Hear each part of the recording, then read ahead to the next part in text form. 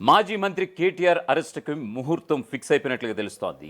Formula ఈ car race వ్యవహారంలో సుమారుగా 50 కోట్ల అవినీతి జరిగిందన్నటువంటి కాంగ్రెస్ ఇచ్చినటువంటి ఆరోపణల నేపథ్యంలో ఏసీబీ విచారణ చేపట్టినటువంటి విషయం తెలిసిందే. సో ఈ క్రమంలో మాజీ సీనియర్ ఐఏఎస్ అధికారి అరవింద్ కుమార్ ఇచ్చినటువంటి ఒక స్టేట్మెంట్ ఆధారంగా ఖచ్చితంగా కేటీఆర్ మెడకి అవినీతి కత్తి వేలాడుతుంది అనేటువంటి సందర్భం అయితే ఇప్పుడు సర్వత్రా ఉత్కంఠ రేపుతుంది. ఆయన ఖచ్చితంగా నేడు రేపు అరెస్ట్ చేసే అవకాశాలు లేకపోలేదన్నది ఇటు బీఆర్ఎస్ వర్గాలు సైతం చర్చించుకుంటున్నటువంటి సందర్భం. మరొక వైపు స్థానిక సంస్థల ఎన్నికల ముందుగానే కేటీఆర్ అరెస్టు తప్పదనేటువంటి సంకేతాలు అయితే ఇటు ప్రభుత్వ వర్గాల నుంచి కూడా ఖచ్చితంగా అందుతున్నటువంటి సందర్భం కూడా కనిపిస్తోంది. దీనికి సంబంధించినటువంటి పూర్తి స్థాయి డీటెయిల్స్ అయితే మీకు వివరించే ప్రయత్నం చేస్తాను. తమ విచారణలో సేకరించిన సమాచారాన్ని ఎప్పటికప్పుడు అంచనా వేసుకుంటూ ఏసీబీ అధికారులు ముందుకు వెళ్లారు. తాజాగా కేటీఆర్ను ప్రశ్నించడం కూడా ముగియడంతో కేసు తుది దశకు చేరుకుంది. 3 రోజుల క్రితం బంజారాహిల్స్ ఏసీబీ ప్రధాన కార్యాలయంలో జరిగే విచారణకు వెళ్లే ముందు కేటీఆర్ బీఆర్ఎస్ భవన్లో మీడియాతో మాట్లాడడం జరిగింది. తనను అరెస్టు చేయవచ్చునని కూడా అనుమానాలు కూడా వ్యక్తం చేసినటువంటి విషయం కూడా తెలిసింది. అంటే సాక్షాత్తు కూడా కేటీఆర్ స్వయంగా ఒప్పుకున్నటువంటి పరిస్థితి పార్టీ శ్రేణులతో తనను అరెస్ట్ చేసే అవకాశాలు ఈవేళ రేపు ఖచ్చితంగా ఉన్నాయన్నటువంటి ఒక అనుమానాలు అయితే మాజీ మంత్రి కేటీఆర్ స్పష్టం చేసినటువంటి పరిస్థితి. భారత రాష్ట్ర సమితి వర్కింగ్ ప్రెసిడెంట్ మాజీ మంత్రి కేటీఆర్ చుట్టూ ఉచ్చు బిగుసుకుంటున్నదా? ఫార్ములా ఈ కార్ రేస్ విచారణ తుది దశకు చేరుకోవడంతో తదుపరి చర్యలపై విచారణ అధికారులు ప్రణాళికలు సిద్ధం చేస్తున్నారా? పంచాయతీ ఎన్నికల నోటిఫికేషన్ వచ్చే నెల మొదటి వారంలో ఇస్తున్నందున ఈలోపే కేటీఆర్ను అరెస్టు చేస్తారా అంటే అవుననే సమాధానాలే వినవస్తున్నాయి.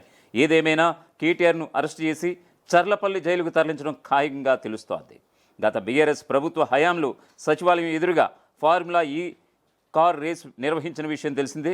ఈ రేసు కోసం అప్పట్లో బీఆర్ఎస్ ప్రభుత్వం పెద్ద ఎత్తున నిధులు దుర్వినియోగం చేసిందని, ఫెమా నిబంధనలు ఉల్లంఘించి విదేశాలకు నిధులు మళ్లించిందని ఆరోపణలు ఉన్నాయి. ఈ కుంభకోణం నిధుల దుర్వినియోగంలో అప్పటి మున్సిపల్ శాఖ మంత్రి కేటీఆర్, మున్సిపల్ వ్యవహారాల శాఖ ప్రత్యేక ప్రధాన కార్యదర్శి అరవింద్ కుమార్ ప్రత్యక్ష పాత్ర ఉందనేది కాంగ్రెస్ ప్రభుత్వం నిర్ధారణకు వచ్చిన తర్వాతే విచారణ జరపాలని నిర్ణయించింది. అధికారంలోకి వచ్చిన వెంటనే ముఖ్యమంత్రి రేవంత్ రెడ్డి ఫార్ములా ఈ కార్ రేస్పై అవినీతి నిరోధక శాఖ ఏసీబీ విచారణకు ఆదేశించారు. ఆ తర్వాత మున్సిపల్ శాఖ నుంచి అరవింద్ కుమార్ని తప్పించి ఏమాత్రం ప్రాధాన్యం లేని విపత్తుల నిర్వహణ విభాగం ప్రత్యేక ప్రధాన కార్యదర్శిగా నియమించారు. ప్రభుత్వం ఆదేశాల మేరకు ఫార్ములా ఈ రేస్ కేసుకు సంబంధించి ప్రైవేట్ ఏజెన్సీ ప్రతినిధులతో పాటు HMDA contract CE BLN Reddy, Aravind Kumar, కేటీఆర్లపై ఏసీబీ కేసు ఫైల్ చేసింది. ఈ కేసులో దర్యాప్తు కూడా కొనసాగుతోంది.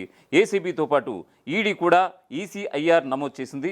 రేసు నిర్వహణ అవకాశం దక్కించుకున్న యూకేకు చెందిన ఫార్ములా ఈ ఆపరేషన్స్ లిమిటెడ్కు హెచ్ఎండిఏ నుంచి నిధుల బదలాయింపుపై ఈడీ వివరాలు కూడా తీసుకుంది. ముందస్తు రాష్ట్ర మంత్రిమండలి అనుమతి లేకుండా, ఐటీ శాఖ ఆమోదం లేకుండా విదేశాలకు హెచ్ఎండిఏ నిధులు తరలించినట్లుగా ప్రాథమిక విచారణలో సుస్పష్టంగా తెలిసిందే. ఇక తమ విచారణలో సేకరించిన సమాచారాన్ని ఎప్పటికప్పుడు అంచనా వేసుకుంటూ ఏసీబీ ముందుకు వెళ్ళింది. తాజాగా కేటీఆర్ను ప్రశ్నించడం కూడా ముగియడంతో కేసు తుది దశకు చేరుకుంది.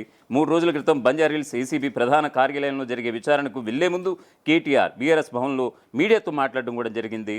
తనను అరెస్టు చేయవచ్చునంటూ కూడా అనుమానాలు కూడా మాజీ మంత్రి కేటీఆర్ కూడా వ్యక్తం చేశారు.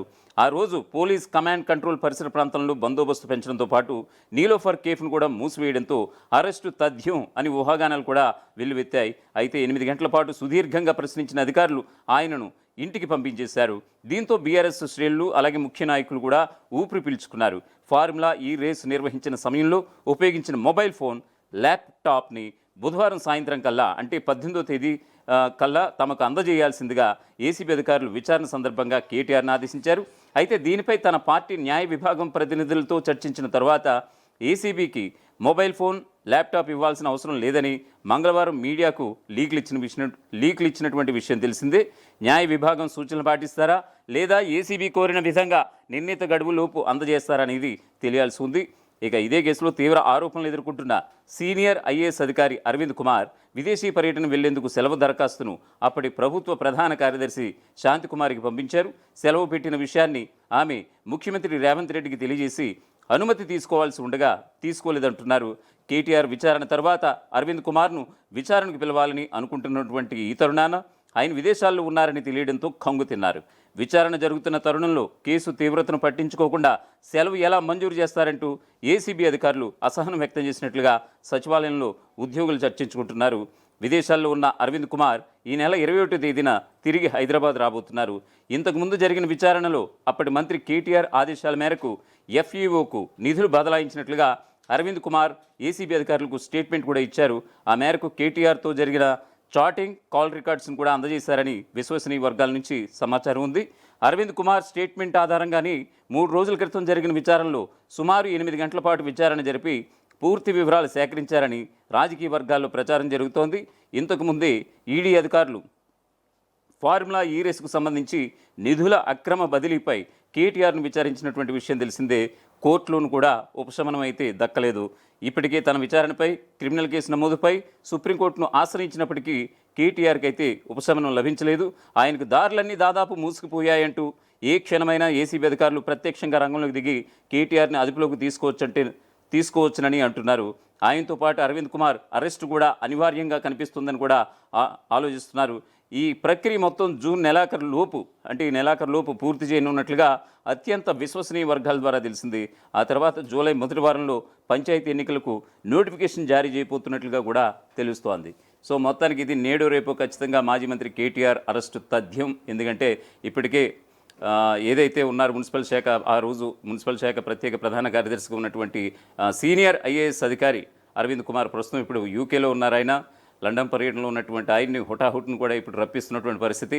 సో ఇద్దరిని కలిపి కూర్చోబెట్టి మరోసారి విచారణ చేపడతారా లేదా మరొకసారి, ఎందుకంటే కేటీఆర్ని మళ్ళీ మొన్న ఆల్రెడీ చెప్పడం కూడా జరిగింది ఏసీబీ అధికారులు, మరోసారి మీరు రావాల్సి ఉంటుందని. ఈవేళ రేపు ఆయన మళ్ళీ మూడోసారి ఏసీబీ అధికారుల ముందు హాజరయ్యే అవకాశం ఉంది.